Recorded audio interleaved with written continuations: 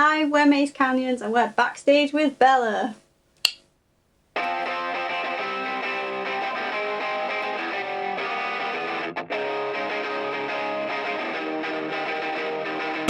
Hi, welcome to Backstage with Bella. Today I'm here with Mace Canyons, an exciting new band who has sort of sprung to life from Young Peculiar, a very cool Sheffield band that's been going for a while, but now we've got a new version here. So yes, welcome to Backstage with Bella. Thank you so much for joining us. Thank you for having us. We've just heard your song Villain, and I was completely blown away, I must say. I didn't know what to expect because obviously this is such a new project. And so you only messaged me the other day to say, I've got this new thing, and I didn't know what to expect, but the song is, I had goosebumps. I'm honestly so thankful. That's what we aim for, to make people feel cold. That's in a good way. So thank you very much for coming in. Do you want to explain a little bit, first of all, what happened in terms of, there used to be 5 of you, now there's 2. What's happened? Yeah. Well, we had the Young Peculiar for a while, and it just kind of transpired that people were less committed than we were, and sort of perhaps into different things. With everybody leaving, we thought that maybe it's a good time for us to change our direction too, because we kind of felt like we'd outgrown the young of Young Peculiar. We outgrew it, and now I think we've got a much more focused view of what we want our music to sound like as well. Like Young Peculiar was always a bit more experimental, but now I think we've really kind of got tunnel vision on what we want our sound to be. Yeah. And now we can say a bit more succinctly what we're trying to do.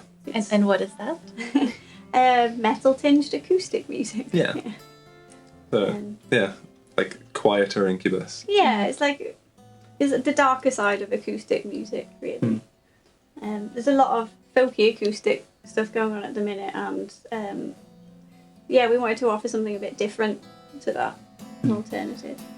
What I get from it is like lots of emotion, really. There's lots of feeling to it, which is what I love that about when I get, you listen to a song, you just instantly get a feeling of just, and I think that's really that's definitely what we're going for.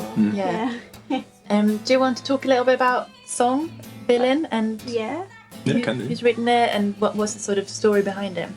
As lots of songs are about a bad relationship and kind of the extremes that people have done to get out of them, something like bad things that they shouldn't have done, and it kind of takes this metaphor of this woman burning her house down and leaving it all.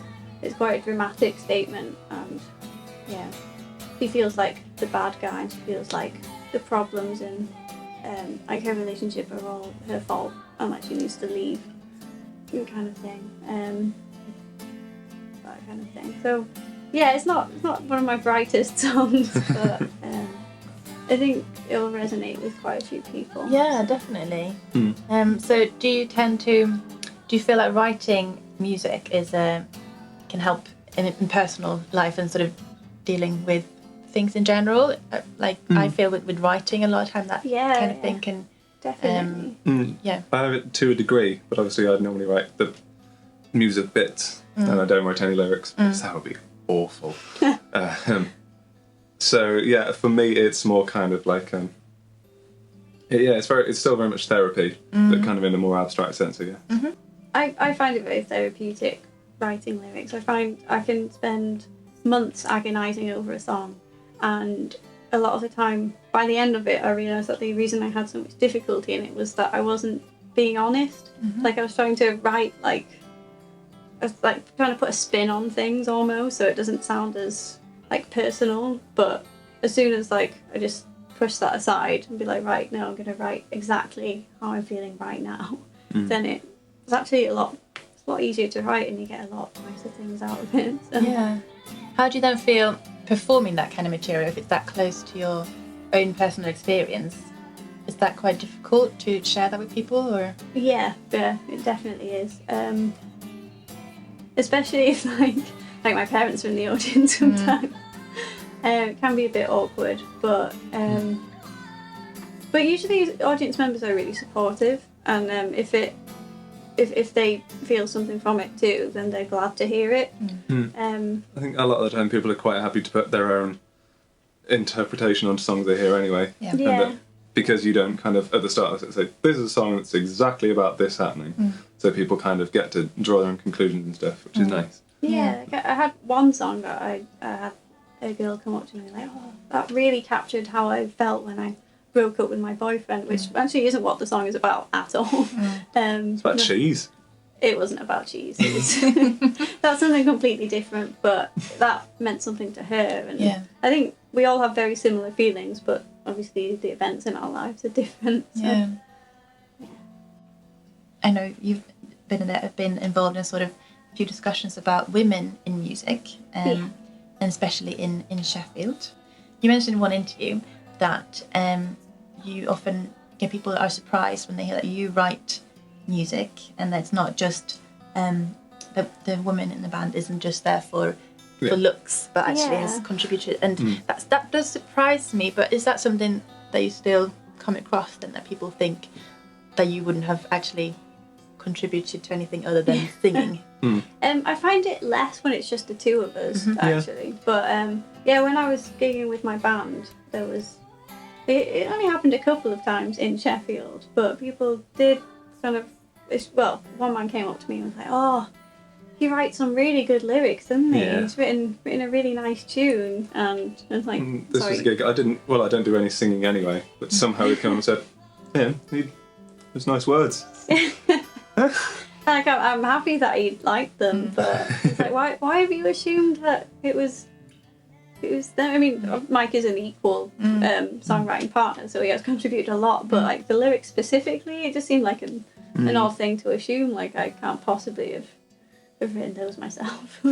And do you, similarly, do you have people ask you or assume things about you as a man in the band, the male band member? Oh no, not too much, because I think I try to be quite honest from the outset all the time that it's completely 50-50. I think we're like equal partners in everything we write. Yeah, it's an interesting industry, isn't it? Well, but I think we're seeing a lot of changes, I think, at the moment, and I think what we talked about a little bit earlier as well was how there's often not that many sort of female bands, maybe on a festival lineup or so, and that people might get quite competitive amongst women. And have you had that kind of experience in the past, or? I think I have. Yeah. I try not to have it myself, and to be fair, like, once you get talking to other women on the lineup, it's almost like you can break through their icy exterior. But it seems like such an odd thing to have a competition. Like, men don't have competition in quite the same way in a lineup. I mean, they might go, oh, that guy's really good at playing guitar, but it's not the competition there just for being male. Like, I love being on lineups where there's another woman and they're amazing, or more than one woman and they're amazing. I want to see more of it. I don't like being the only one. Like, when in our old band, I used to kind of make a thing of not being pushed to the front for a while, which was hard. It was hard, actually, because I put a lot of the work in myself, so I didn't want to be pushed to the background, but I also didn't want to be pushed to the front just for being a woman, so it was really hard to kind of get a good balance between that. So I think that's one of the reasons I like being in a duo now, is that it's very equal. Yeah. No one can stand out more than the other. How do you guys feel then about role models? Because I think it's both for women and men. When you're in music and you're you're in the spotlight, as it were, right now as well. You're you sort of, how do you feel about being role models, as well as, I know you're only beginning this project, but say you got really big, and how do you feel about, because I know some artists obviously say, well, I've never said I'm a role model, you know, why do I have to be that? Because how do you feel about that? I always have, as much as I am thinking about how well I'm performing, I'm not thinking of how it's going to influence people. I'm more thinking of how well I get to convey well and just back up the stuff that you're saying. Yeah. It is a fine line, I think, because as an artist, you don't want to kind of compromise your own artistry for are the teenagers going to look up to me in a certain light? And I think if you're out of the mainstream, you can get away with a lot more. But once you're in the mainstream, like Beyonce is, she's, her main market is kind of, teenagers, that kind of thing. You kind of have to, you don't have to accept responsibility, but maybe you have to accept that you have an effect on them at least. And I think once you start putting things like feminist things in your music, then you're making quite a big statement anyway. And then to just be like, oh, well, I want to be naked in my video. It's like, well, on the one hand, you seem to want to be taking responsibility, but on this hand, you just want to be naked, you know? It's just sort of, to what degree do you do it because you love, like, for art or for whatever reason you have, and to what, and how much do you bear your audience in mind, I suppose, is the key thing, really. Yeah, it's a tough balance. In terms of, like, feminism, I think it's, like, such a big part of my life and something that I enjoy writing about, so I think it's inevitable that it's going to come into my music. That doesn't mean that I set out to exclusively write feminist things. I try to be true to how I'm feeling, and if one day I'm feeling particularly angry or outraged at a feminist issue, I'll write about that. But I'm quite happy to write about relationships and all sorts of things like that too. I don't want to be restricted to that.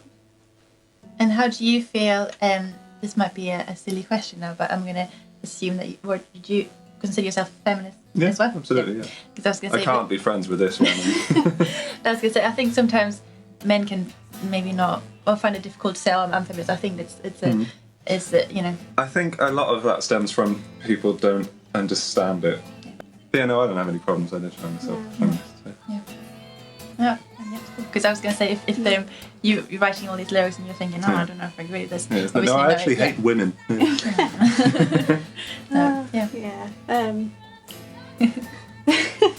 Go on. No, I'm going to stop. there. I feel like we could talk long about this, but let's instead sort of talk about where we can see you online and where we can find more of your stuff. And we're going to be on mazecanyons.co.uk, and we're also on Twitter @mazecanyons and Instagram @mazecanyons. All the usual social media stuff, you'll be able to find us. And finally, the name Maze Canyons, what does it mean? Educate me.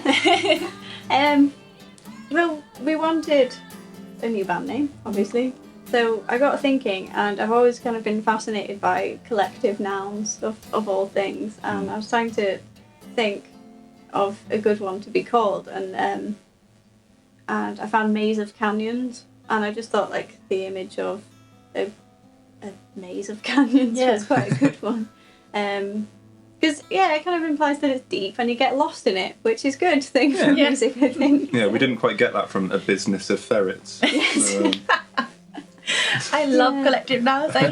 Being from Sweden, I only found out about this fairly recently, and I was so confused, but I love it. Yeah, they're great. You can have so much fun with them. And there aren't any rules. They're just, well, that one that you were saying, the one that came from Rowan Atkinson, was it a flange of baboons?